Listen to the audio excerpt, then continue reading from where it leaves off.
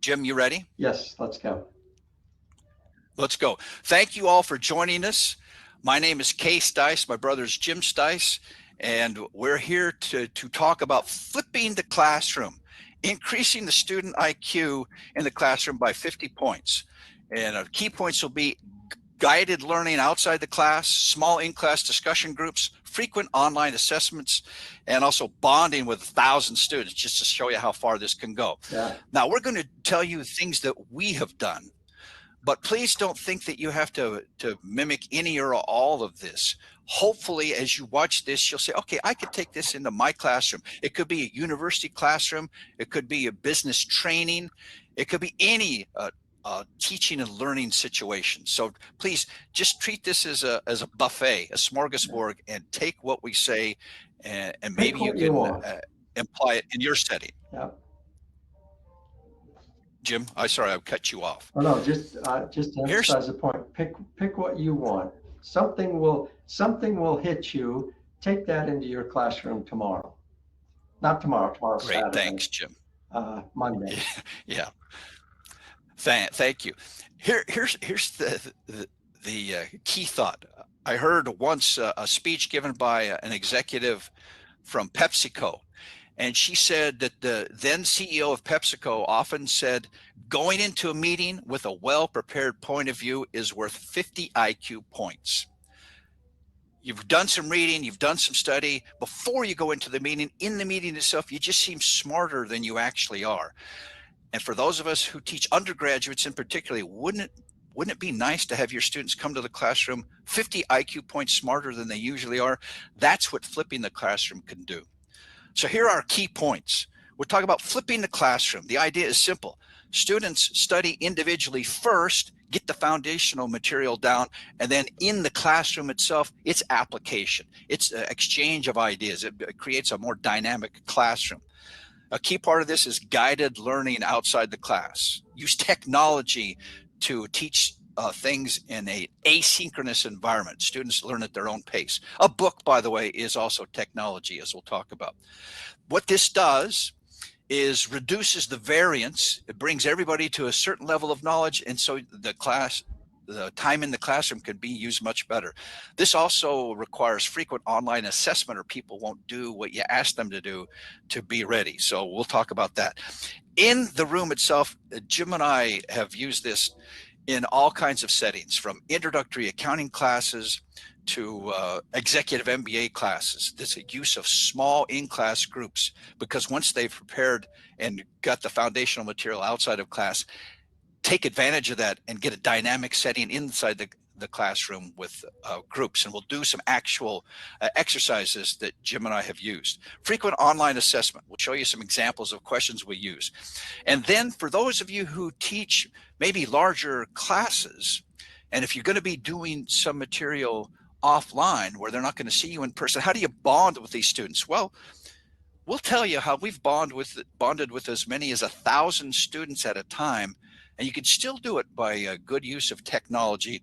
And finally, just if we have a moment at the end, we'll show you that once you've set up your class in a flipped setting, it's not that much harder if you come up with an emergency, and all of us had one a couple of years ago, where you couldn't go to a classroom. You had to go full online, and we'll tell you how we were able to adapt to that very quickly.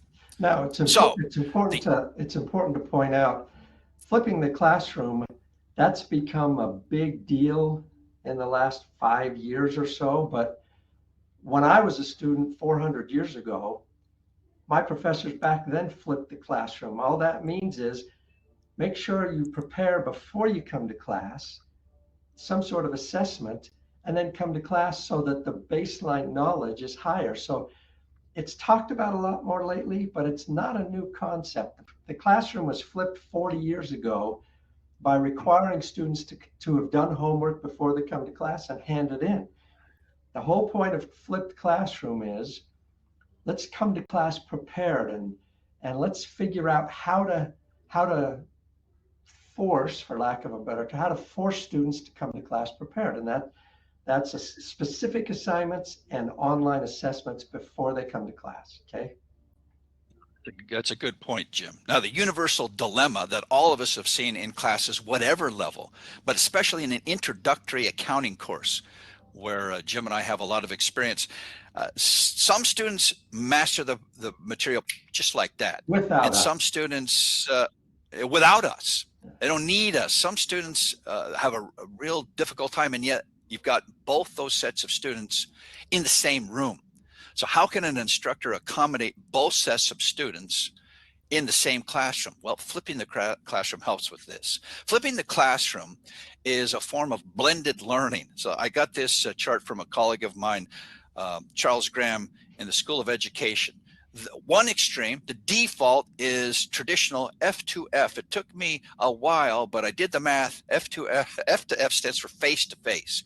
Lecture, just standing there lecturing. The other extreme is completely online, and there's some great online schools out there, online learning situations. Flipped classroom, what we're talking about is right here. It's a form of blended learning where students do a substantial amount of learning outside the classroom, but also there's a significant face-to-face component.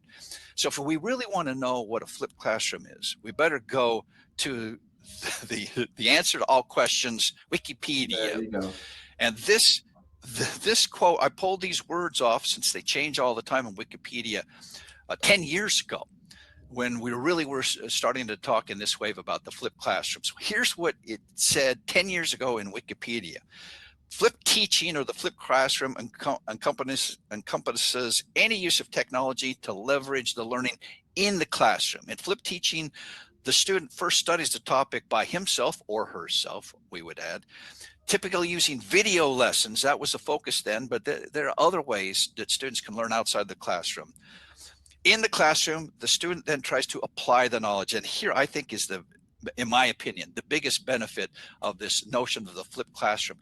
After you've given students the tools to learn the base material outside the classroom, inside the classroom, that opens up all kinds of possibilities for students to apply and see the excitement and see the real world connection between what they're studying in the foundational material and the real world. That's, to me, the biggest benefit of this idea of a flipped classroom. So the underlying ideas are these. This is a tough one.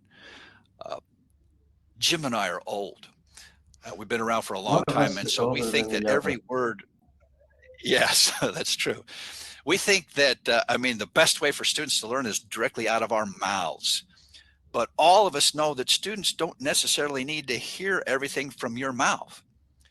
If you're organized, give them some specific guidance outside the classroom, then they can learn things on their own. And then you can do an online assessment of that learning.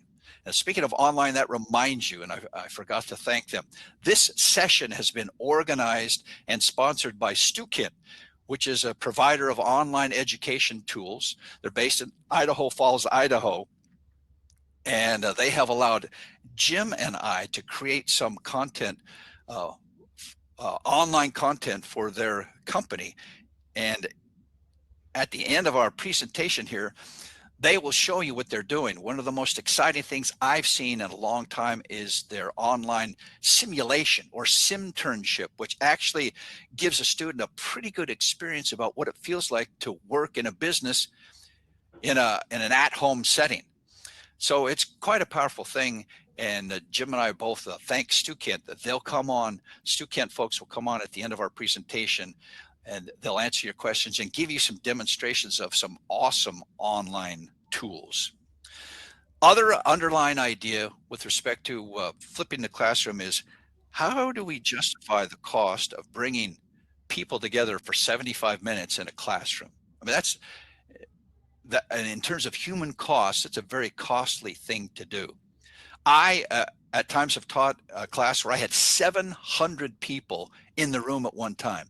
Now, what could I possibly do in that classroom that justifies having 700 people get out of their pajamas, travel to that one physical location? What could I possibly do to make it worth their while? Well, we're going to give you some examples. The instructor is a motivator. Go ahead, Jim. As we found with COVID, students are perfectly comfortable learning in their bedroom, in their pajamas. they don't need to come to class, or so they sometimes think. So if we're bringing them to class, we've got to be able to do activities or create an environment where they say, I'm grateful I was here. Because, all else being equal, they'd rather stay home and watch it online. But we've got to add value in the classroom. If we're bringing them together, they've got to walk away saying, I'm glad I was here for that. And this, I don't want to go past this point. A good instructor is a motivator. Here I'm thinking about the traditional undergraduate university teaching setting. Students are doing 50 million things. Their attention is divided. What I want for an accounting class is I want them to give my class more than its fair share of time. Well, the way I get them to do that is when they come to my classroom, I motivate them. They feel excited about accounting. They see how important accounting is. Jim, I'll tell a quick story. A number of years ago, I was on the faculty at Rice University in Houston, Texas. And I went to a speech one night by a professor of English. He was a Shakespearean scholar. And for that 1 hour during his presentation, I said, I blew it. Why didn't I study English and become a Shakespearean scholar like this guy? He made me love Shakespeare so much. I mean, the feeling goes away. You get away from his hypnotic spell and you come back to the real world. But for a time, he had motivated me to learn more about his topic. Well, that's what we can do in our classroom, is as a motivator in that room with organizing fun and useful learning activities, we can cause students to say, this topic, accounting, is a lot more interesting than I thought it was. I'm going to give this a little extra proportion of my time. So that's the underlying idea. So the hard part is this. Yeah, what it requires is for us to sit down and think about what can they learn on their own with help, and what can I do in the classroom that they can't learn on their own. That's the hard part, is to go through and think about, to do that exercise. With help, what can they learn by themselves? And then what am I going to do in class that they can't learn anywhere else? And that involves using technology. Jim, you're so right. And this, by the way, this hard part is the barrier, because the default is just get up in front of the class and start talking. Yeah. That's the easy thing to do. The hard part is to say, let's separate the material. What can they learn outside the classroom with technology enhancement, and what do they need to learn inside the classroom? That's the part that you need to think about. Jim, you're exactly right. Using technology, I mean, let's talk about this word technology. Think about the technologies you have used as an instructor yourself, or as a student, or any kind of learner in a classroom. And technology, to facilitate out-of-class self-paced learning, we need to think broadly. For example, a book is technology. Having students go out and do a project, that's the use of technology. Posting written material, that's the use of technology to make it so somebody doesn't have to learn the material under the sound of your voice. They can go offline and learn it on their own. Office hours, teaching TAs, the use of people to give individual instruction as needed. Recorded lectures, and we'll give you some examples of those. So please, as we'll talk, Jim, I think you and I are biased towards this last one, recorded lectures, online material like that. But technology can be as simple as a book. Yeah, technology is not, too often we think technology, well, that means it's got to be computer related. No, as Kay said, a book is technology, and we've got to think broadly about how to use a host of resources to prepare students to come to class. No, you're exactly right. So let me give you an example of a class that I helped design at Brigham Young University, our home university, Accounting 200. Here's what we did. And again, I'm not saying you should do this or even think about doing this, but let me just show you the setting in which we used, one setting in which we used a flipped classroom. On Monday, directed individual study using some reading or a technology tool. And then on Tuesday, hold those students responsible for that by making them complete an online quiz. Wednesday, a little bit more reading, a specific preparation for coming together in class, and another online assessment to make sure they've done the specific material that we wanted them to do before they came to class. Thursday, they come to class. They meet in assigned groups. We do application activities, all kinds of high energy things happen in that classroom. And then Friday, they do their third online assessment of the week based on what we did in that classroom. So you see several elements here. This model, by the way, made it so that we only met once a week instead of the traditional twice a week. That's quite an efficient use of the physical capacity of a university, for example. Half the learning was happening outside the classroom, half the learning was happening inside the classroom. So we leveraged the physical plant of the university. So let's talk about this guided learning outside the classroom. And in a few minutes, we'll give you some examples of these online assessment questions. They're not as complex as we might think they are. First, provide the study material using technology. Give the students specific instructions. So the worst thing to do is to say to students, hey, before you come to class next time, read chapter 3. Now, all of you who have ever taught in any class, well, Jim, you tell me, if you told your students to read chapter 3, what are they going to do? Well, there'd be a small percentage who would go out and read every word, and some would memorize it. And most would say, okay, I'm going to wait and hear what my instructor has to say about chapter 3. That's exactly right. So rather than give vague instructions like read chapter 3, say something like this. Make sure you can interpret all lines, slopes, and intercepts in a break-even graph, and give them a quiz on that. Administer an online quiz to make sure they can do that. If you want them to know how to interpret a break-even graph before they come to class, tell them.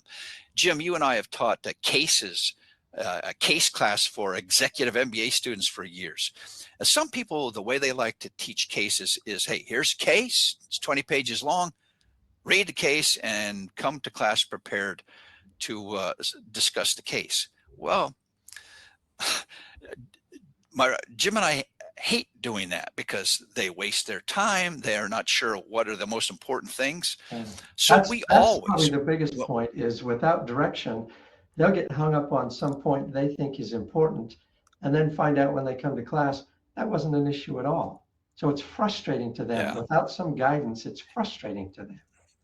Yeah, that's it. So we would give them, still do, 10 questions. Okay, here's the case. As you read through the case, make sure you can answer these 10 questions or explore these 10 things so they know what to look for. And then we give them an online assessment to make sure that they understand those 10 important key insights from the case. Okay, let me interrupt here.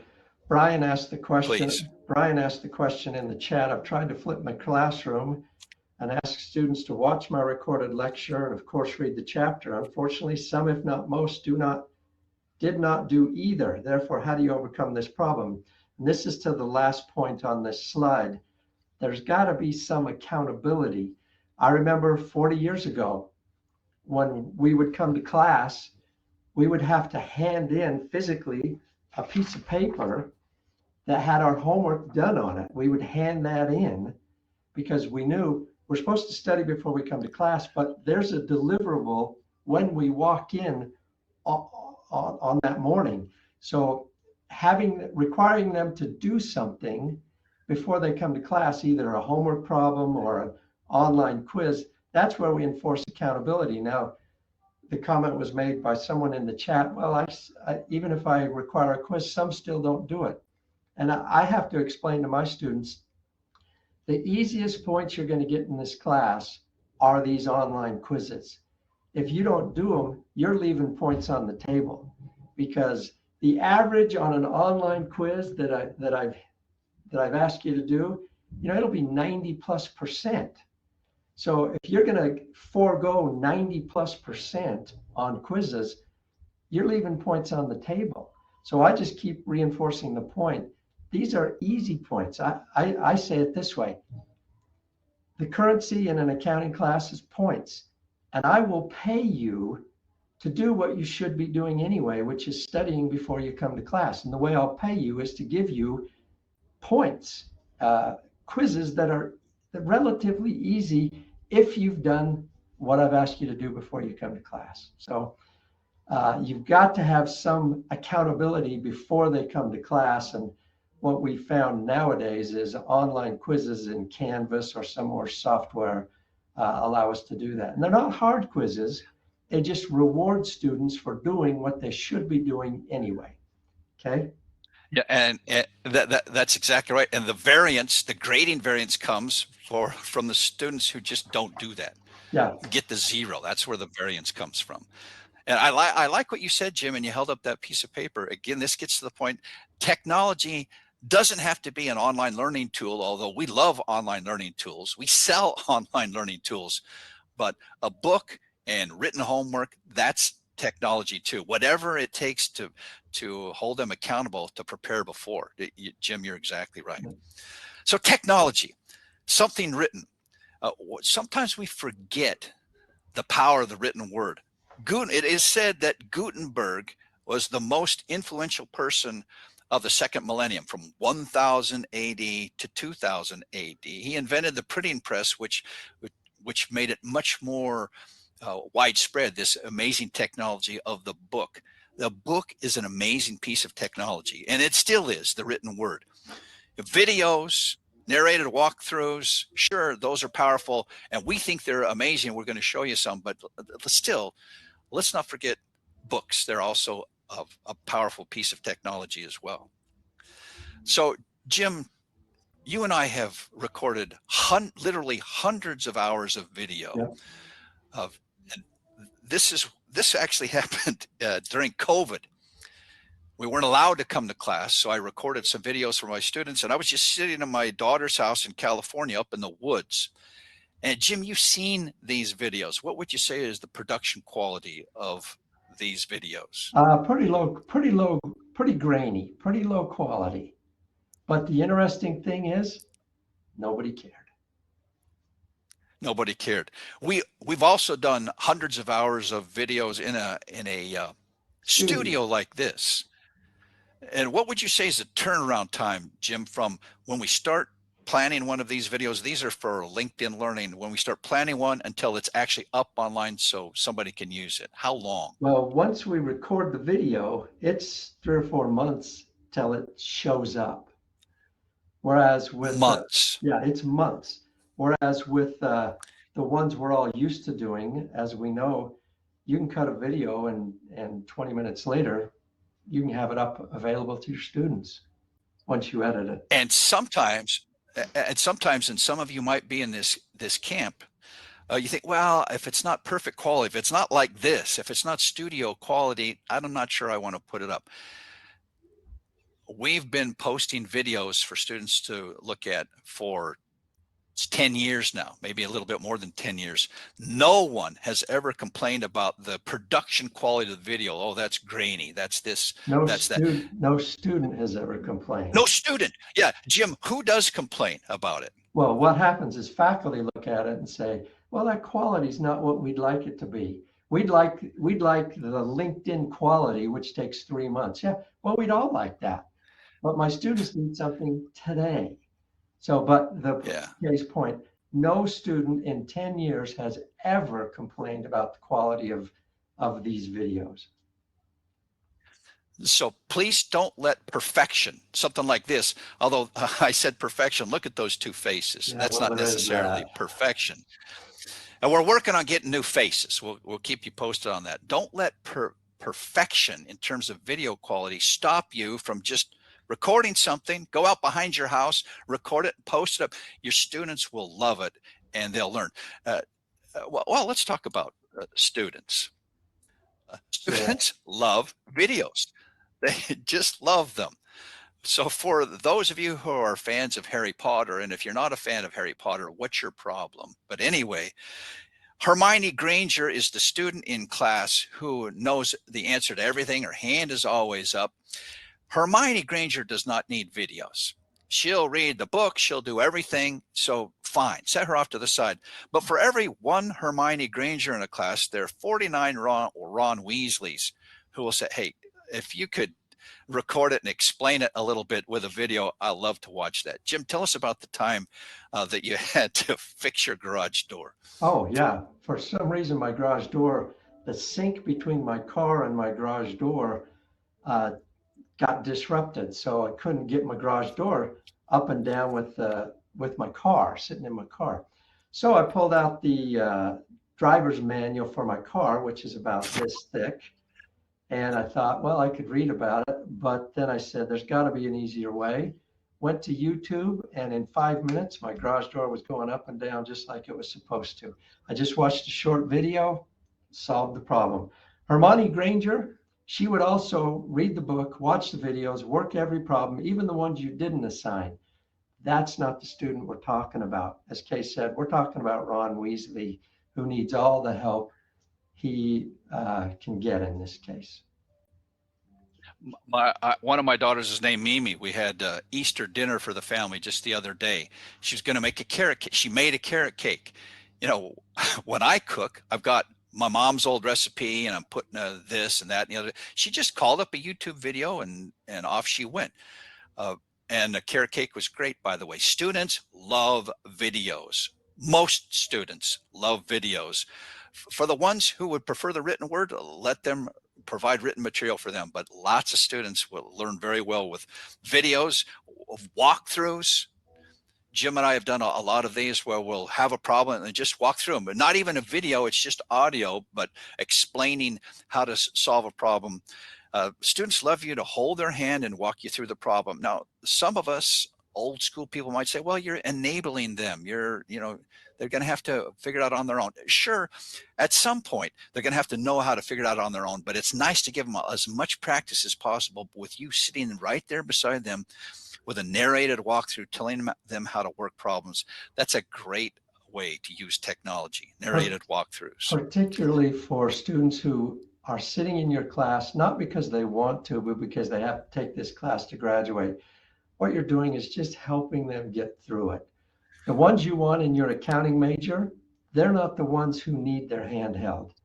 If they do need their hand held, they probably should think about another major. But a lot of these 49 Ron Weasleys, we're just trying to help them get through the class. And so we give them as much resource as we can just to help them pick up a little something about accounting and then go on and major in whatever they're going to major in. Jim, I like the way you said that. It's kind of a safety net for those struggling students. Here's an additional learning resource. It's online. You can watch it as much as you want, work through it at your own pace. Exactly right. Now, as with all issues, everything eventually comes to Indiana Jones. So when these slides are sent out to you after we're finished, and 𝐤𝐿 is going to make these slides that we're using here available to everybody, you'll be able to click on this YouTube link. But let me just show you a couple of screenshots from Indiana Jones here. You may remember this classroom scene. There he is, Indiana Jones in the classroom. The bell has just rung. And he asked, are there any questions? This is a little bit off topic, but all of you who've taught classes know this. Once the bell rings, forget it. It doesn't matter what you're saying. You could be saying, okay, I'm going to give you the winning lottery numbers for tomorrow. Doesn't matter. Once the bell has rung, they're not going to listen to you. So that's the first mistake that Dr. Jones makes. He's a great adventure, but not the best first teacher that I've ever seen. And as everybody's walking out, they'll be in my office on Thursday, but not when they know they heard that. He could be saying anything. Okay, we just lost you. I assume we're still going. I'll take over from here. As you know, are you back? Okay, it looks like we lost your slides, so you might want to fire those up. But as we all remember, if we watched the first Indiana Jones, Dr. Jones says, any questions? Everybody's leaving. Come to my office hours. Nobody's hearing him. And then as everybody's walking out, he says, and make sure and read Mickelson chapters 3 and 4 for next time. As we've already alluded to, that's a vague way to say things. Nobody heard him. And if they heard him, they don't know what parts of chapter 3 are the most important. So we've got to be specific. So when it comes to helping students, the more specific we can be, the better. Okay, Kay, are you back up? Okay. I think so. Thank you. So don't do what Dr. Jones did. Specific, please be specific. Now, once you get them into the classroom, what do you do in that classroom? Well, small in-class groups. For those of you, and I know some of you are concerned about declining enrollments in the accounting major, may I suggest to you that using the classroom, once they've prepared outside of the class, using the classroom to spur discussion in small in-class groups is a great way to keep the students more engaged, to make them positively associate the topic of accounting with exploration and learning, analysis, real-world decision-making, social interaction. It really enlivens the classroom. And Jim and I have used this technique at introductory accounting classes, intermediate accounting classes, financial statement analysis for executive MBA students at every level possible, and it's pretty powerful. Here's how far it can go. So I said that I once taught a class, many times taught a class with 700 students in the room at one time. Well, here's a map of that room. There's 859 seats. How do I know? I counted them. And before each class, I would email out to the students, okay, here's where you're supposed to sit today. So they'd have different areas of the classroom in which they were to sit, so that they would have a different set of people around them, and they'd form up into internal groups, small groups. I'd send each student an email saying, here's where you sit. And you may think the logistics of that are something. impossible, but students get pretty good at it pretty quickly. It takes them one time to figure it out. And let me tell you, you have not lived until you've presented a discussion question to 700 accounting students organized in 4 or 5 person groups, and you tell them, I want you to talk about this and generate some ideas in the next 2 minutes. The place erupts. 700 students erupting in discussions with the people around them. These small in-class groups really interject energy into the classroom. So here, yes, go ahead, Jim. Here are some of the actual exercises that we use in an introductory accounting class to spur student discussion. So we have an exercise, name that company. The company is talking to the students. 42% of my revenue is generated. Am I hearing some piano music? Oh, you probably are, yeah. It's a little background music. Okay, right. Background music. 42% of my revenues are generated in the quarter November, December, and January. Which of these 4 companies is that? Boom. Students go off for 1 minute to talk in their groups. And all it takes is 1 minute. If I just ask that. All it takes is 1 minute. 1 minute. And if I just ask what somebody thinks just to the class at large without any chance to talk about it in a small group, nobody's going to say anything. 700 people. Or no. Yeah, Hermione Granger, the one student who knows it all, will speak, and they'll speak every single time. But once I've given the students a minute to talk about this question with their group of friendly colleagues, then they will be willing. I say, is anybody out there from Texas? Can you answer this question? The Texas person will because raise they know their the hand. answer. And more often than not, they know the answer because their friends help them figure it out. And they got to practice what they were going to say. So the answer to this one, by the way, is Toys R Us. That's an interesting story right there. But coming back, it turns out. Coming back, yeah, that's exactly right. Here's some tax rates from 10 years ago. Microsoft's tax rate was 19%. This was back when the U.S. corporate rate was 35%. Now remember, this is an actual exercise that we use with introductory accounting students. So I asked them to brainstorm. How is it that Microsoft can pay a tax rate of 19% when the US rate at the time was 35%? These are introductory accounting students who have never had a tax class. They've only been studying accounting for 7 weeks at this point, and they come to the answer after they talk about it in a group of 3 or 4 colleagues for a minute, and you probably know the answer as well. Many of Microsoft's operations are located outside the United States. Puerto Rico, Singapore, Ireland are the 3 locations for their regional operating centers. So students see that, and if you give them a minute to talk about it with their friends, they're willing to talk about it in class. And they're excited because they've got a chance to say something in this classroom of 700 people. They got a chance to speak, sure, in a small setting, but at least they got a chance to speak. They also understand why ExxonMobil can't do the same thing, because you can't drag an oil field to Ireland where the tax rates are low. You have to be taxed where you are. So students, introductory accounting students, after you give them a minute to talk about this in the classroom, already understand one of the key aspects of international taxation, one of the key concepts. It's easy to tax profits generated by tangible assets, and it's almost impossible to tax profits generated by intellectual property. And they get that whole thing after talking about it in a minute, in a small group setting. Okay, let's jump to frequent now, online assessments. There you go. And these online assessments, they don't have to be complicated. That's probably the biggest takeaway, is they don't have to be complicated. If students have done the reading that was specifically assigned, if they thought about it a little bit, these are easy points, but it's just rewarding students for doing what they should be doing anyway. So these are not complicated questions. And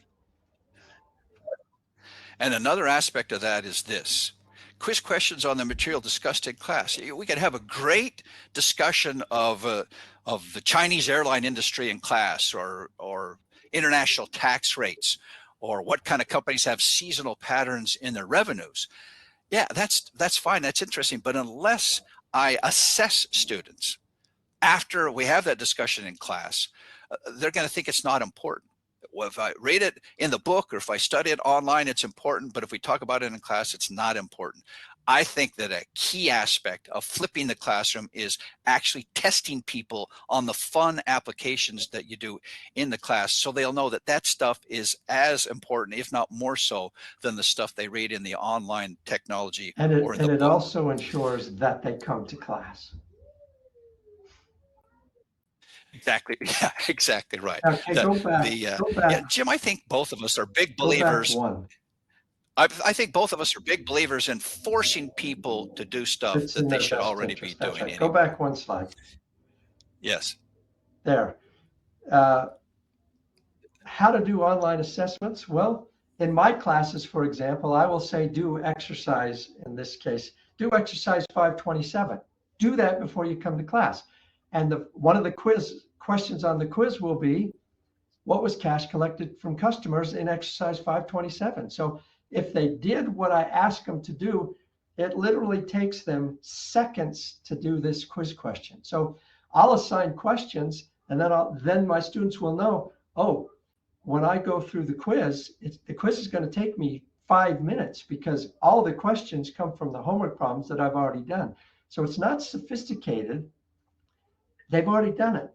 The quiz is actually pretty quick. It's just, again, rewarding them for what they should be doing anyway. All right, next. One other important element is communicating with your students. So frequent schedule emails. Let me give you an actual example of an email that Jim sent out to his students.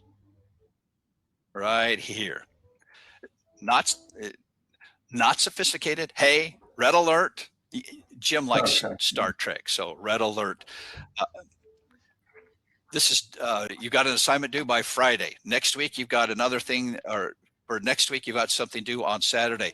Just always touching them, always telling them what's coming up, just with little emails all the time. Does this make a difference? Well, let me show you some samples of student comments from this very class. Thank you for all the emails you sent reminding us of what was due and exactly what was needed. Even though you didn't know very many of your students personally, because it was a large class, I felt like you really cared about us individually. I mean, students don't want to be a nameless, faceless, anonymous person. And if you're sending them emails directly from you, just reminding them of what's coming up, then they feel a connection with you. You can't, the way I think of it, you can't know all of them in a big class, but they can certainly know all of you. And this last comment right here, Jim, I think is the most meaningful one of all. And I bet we've got somebody out there who can read it. I'll roughly translate. Professor, that somebody wrote this to Jim. Professor, please rest and relax in health and peace. Thank you very much. That's the kind of comments you get if you have frequent communication with your students. Let me tell you this about emails, and you all probably know this. I've got a bank of emails I just use the same ones. My students think, wow, he put all this thought into these emails. No, it's the same one I sent out last semester during week. I'll send out pretty much 2 emails a week, and I just recycle them, change the dates given the semester, but I don't have to reinvent the wheel with every email I write. I just use last semester's email. That's a good point.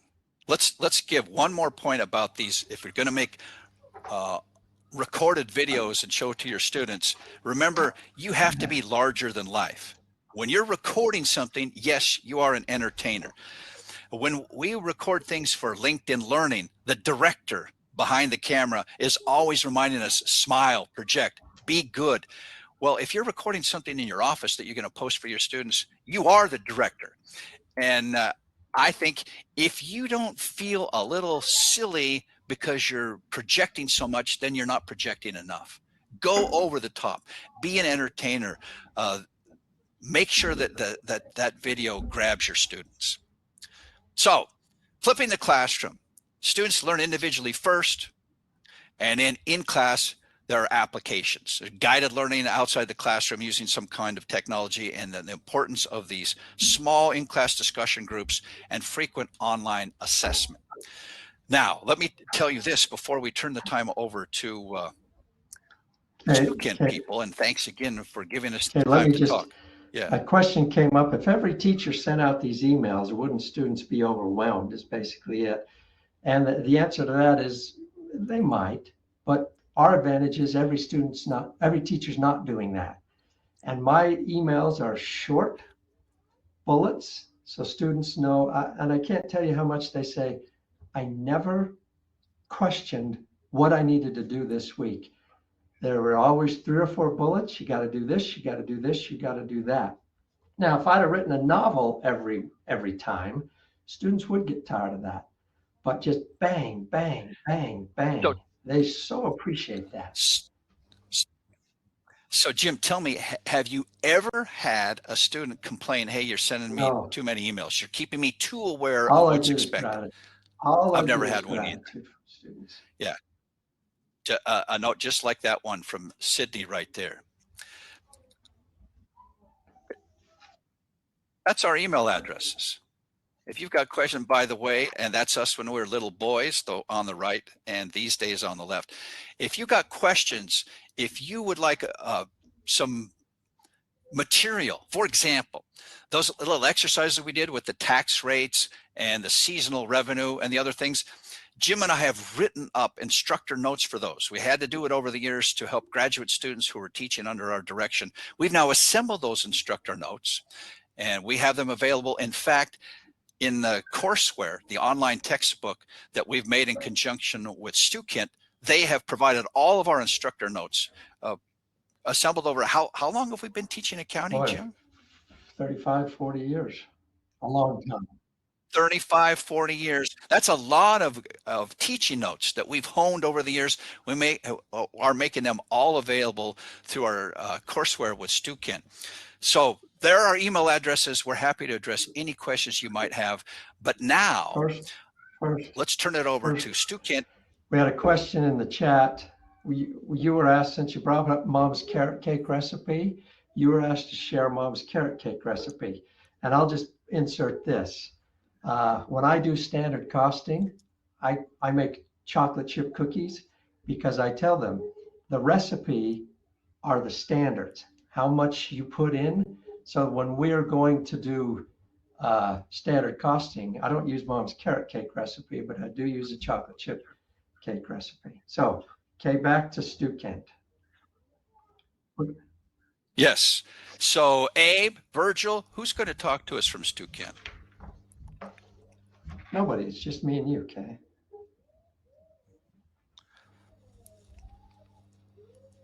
All right. Hey, Jim and Kay. There's Abe. Yeah, there we go. Thanks, Abe. Yeah. Sorry about the delay there.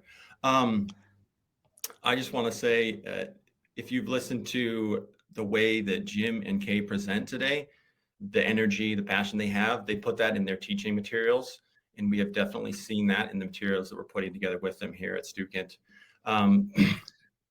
We are appreciate you guys coming to listen and to hear this. We're going to jump into the Q&A. Before doing that, I want to encourage everyone to stick around after the Q&A. We're going to share the slide deck of the presentation today. We're going to give away an assignment from Jim and Kay, an accounting one, and then we're going to give away some accounting professor appreciation packages. If you like today's event, you can join Jim and Kay again and 𝐒𝐭𝐮𝐤𝐞𝐧 on May 12th for our next webinar. It's going to be on making the first accounting course a success. You can sign up for that with a pop-up that appeared on the screen at the bottom left. Now I want to give Jim and Kay the chance to answer some of the questions that were not answered during the event, or if you have other questions that you didn't ask in the chat, feel free to chat those in now. So one of the questions that was asked is that this person said they asked if the majority of your students were on campus, and they said, my computers are working full time and struggle to work through the prescriptive approach.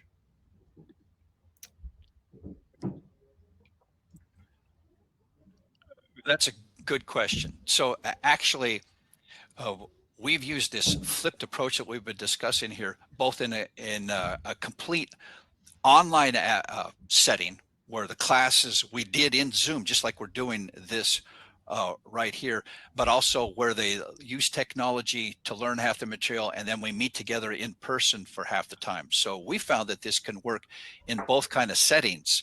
If you have specific questions about how to adapt it to your setting, email Jim or me, and we'd love to engage in a dialogue about that. But we've used it in both online settings and I'm not sure if the question is getting at this, but let me just address this issue. We don't use computers in the classroom. Can you imagine 720 students trying to hook up to the network at the same time in one network space? So in the classroom, we don't use the internet. That's used outside the classroom. And Jim, I don't even want to think about what happens to a human body if you got 700 students downloading Excel files through the Wi-Fi in a classroom. What's that going to do to my body as an instructor? That can't be good for you. So no, I'm not going to do that. It can't be good. Okay, another question was, do you allow limited number of attempts on the quizzes? You know, go ahead, Jim. What do you do? I don't move the deadlines. I don't allow multiple attempts. I found if you do that, you're always going to be moving the deadlines, and you're always going to be offering multiple attempts. So I will have 25, say, for example, 25 quizzes during a semester. And I'll say, we're going to take the highest 20, the top 20. So they can always drop. If they have a technology issue, if they weren't able to prepare, they'll be able to drop 5 quizzes. But I do not move deadlines, and I don't allow multiple attempts. Again, these quizzes, if you've done your homework, these quizzes are fairly strict. The average on these pre-class quizzes is in the 90%. So if students are keeping current, they're easy points. So no, I don't, unless there's a tragedy. You know, if there's a tragedy, I'll move it for that. But it turns out I was watching a TV show and didn't get to it. It's not a tragedy. Now, one little refinement of what Jim just said, sometimes I'll give a quiz over material that's quite difficult. In that setting, I would give them, here, try this 3 times or 5 times, and I'll take your highest score. So there's some settings in which I would allow students multiple attempts. In fact, I'm doing a course right now where I allow, because the material is a little bit more challenging, I want them to feel successful. That's a good question. Another question I wanted to field is, they asked, do you use weekly discussion assignments all the time? I do not, because I do the discussion in the class. So I don't have, again, there's only so much bandwidth. There's only so much time they can devote to this class because in our situation, they're taking 5 other classes. So I don't have them do homework and do weekly assignments with discussion assignments with other members of the class. I push it as far as I'm comfortable. And so I don't do that. No, I don't either. Okay, and I want to field this question from Mike here. What is the relationship between the assessment grades and the exam grades? Oh, what a great question. Here, Mike, you and I are on the same wavelength here. I get the dispersion in grading on my exams. Exams are challenging, but I give students practice exams so they know what they're coming.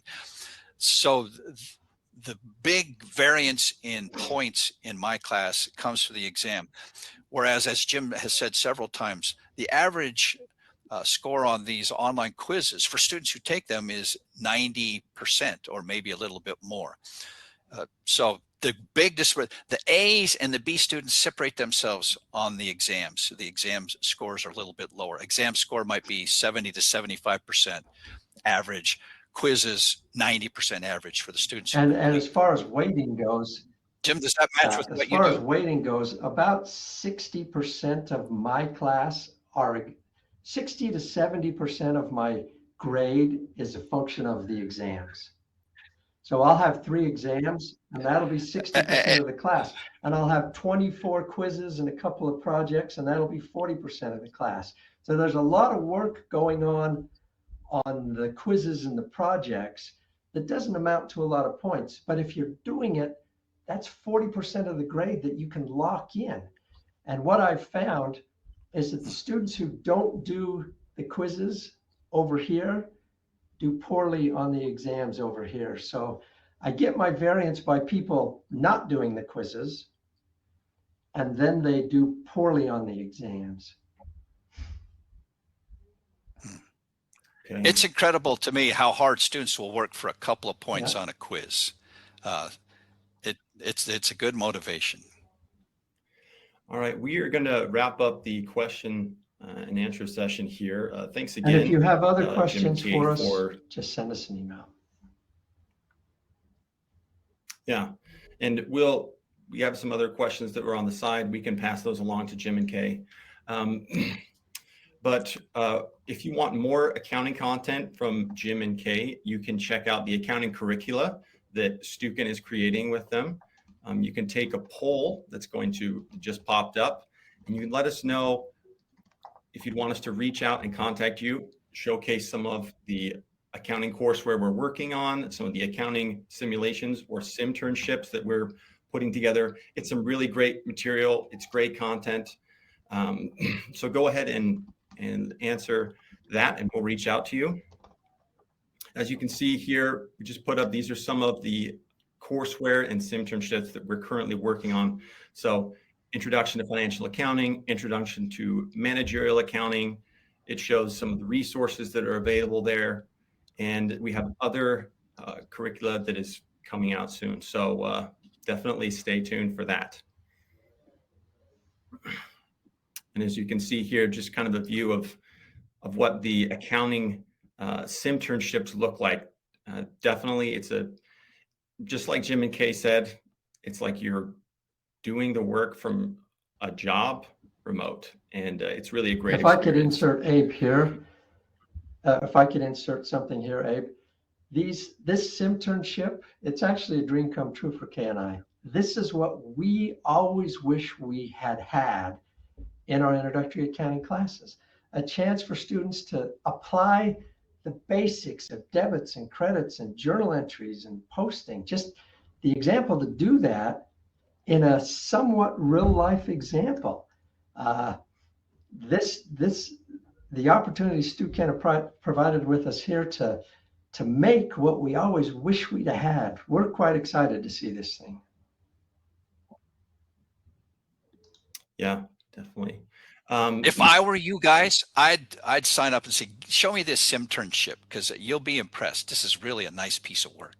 𝐒𝐭𝐮 has been making simulations in marketing and general business for 9 or 10 years now. They're experts in creating student simulations. And Jim and I are just lucky that they have agreed to partner with us, and we have had the opportunity to partner with them to help them create their first accounting simulation. It's really nice. Yeah, and great segue there.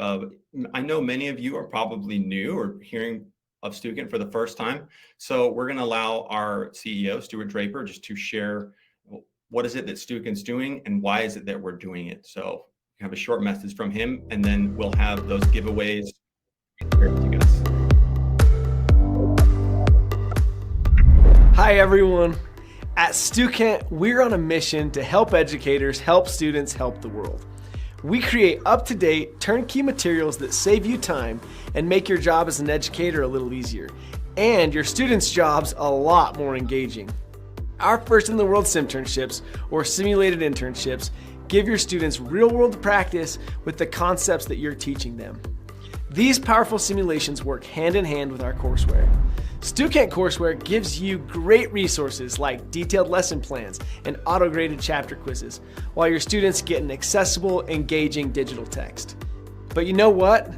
While these materials are ready to be released, our work on them is never really done. 𝐒𝐭𝐮's slogan is "Stay Current." We update our courseware and simternships annually to keep them current with what's happening in your industry. If there's something you think we can improve, let us know. Consider us your custom simulation and courseware provider. If we don't make it just the way you need it, we'll keep working on it to make it better. We're dedicated to bringing you the best simulations and courseware in the industry, and we're not going anywhere.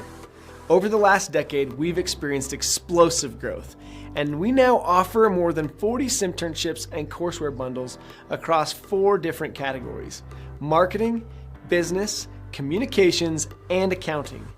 To date, we've helped nearly 1 million students at schools all over the world, and we can't wait to help you and your students next.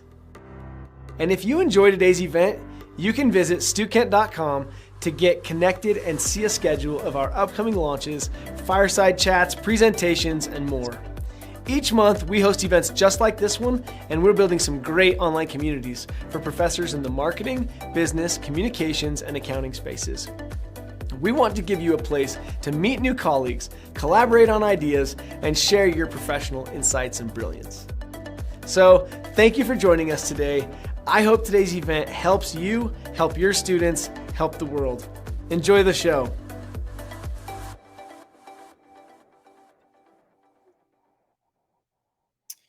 All right, thanks, Stuart. Okay, we're going to get to the giveaways here.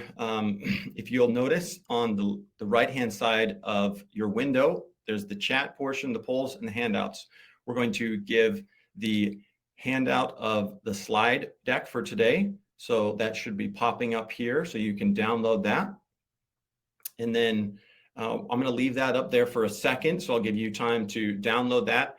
And then we'll put up the assignment that Jim and Kay shared with you guys. I just want to share something interesting. You know, Jim and Kay came and presented to us, and I thought it was very interesting that he mentioned his experience with that Shakespeare professor. I studied English, but when I heard Jim and Kay present for the first time, I had the experience he talked about. I thought, I'm going back to school to be an accountant. This is not a joke. I'm going back to school to be an accountant. Their content is engaging and it gets people thinking, and it is really great content. So I would recommend checking it out. Okay, as you can see, the free assignment is over there. So go ahead and download that. And I'll give you guys. Let me say, Abe, let me say just real fast, that free assignment, that's a sample of the kind of instructor notes that we create for each one of our chapters in the accounting courseware that we've prepared for 𝐒𝐭𝐮. So it's instructor notes for each of the exercises that we looked at, but you'll see how voluminous these things are. 10, 15 pages for each class session. So take a look at those as a sample. Awesome. Okay, and now I'm going to announce the giveaway winners for our accounting appreciation packs. So one of them is going to Sid Bundy. So congratulations, Sid. We're going to give another one away to Deborah Harble. We're going to give the third one away to Judy Ramy. Hopefully I'm pronouncing that right. We have a fourth one for Mary Catherine. And our fifth and final winner for that is Jen Oliver. So congratulations. Thank you guys for coming and sharing this experience with us today. We have your information. We'll reach out to you and make sure you get those appreciation packs. Please join us for the next session that Jim and Kay are doing on May 12th. And thanks to each of you for coming. Thank you, guys.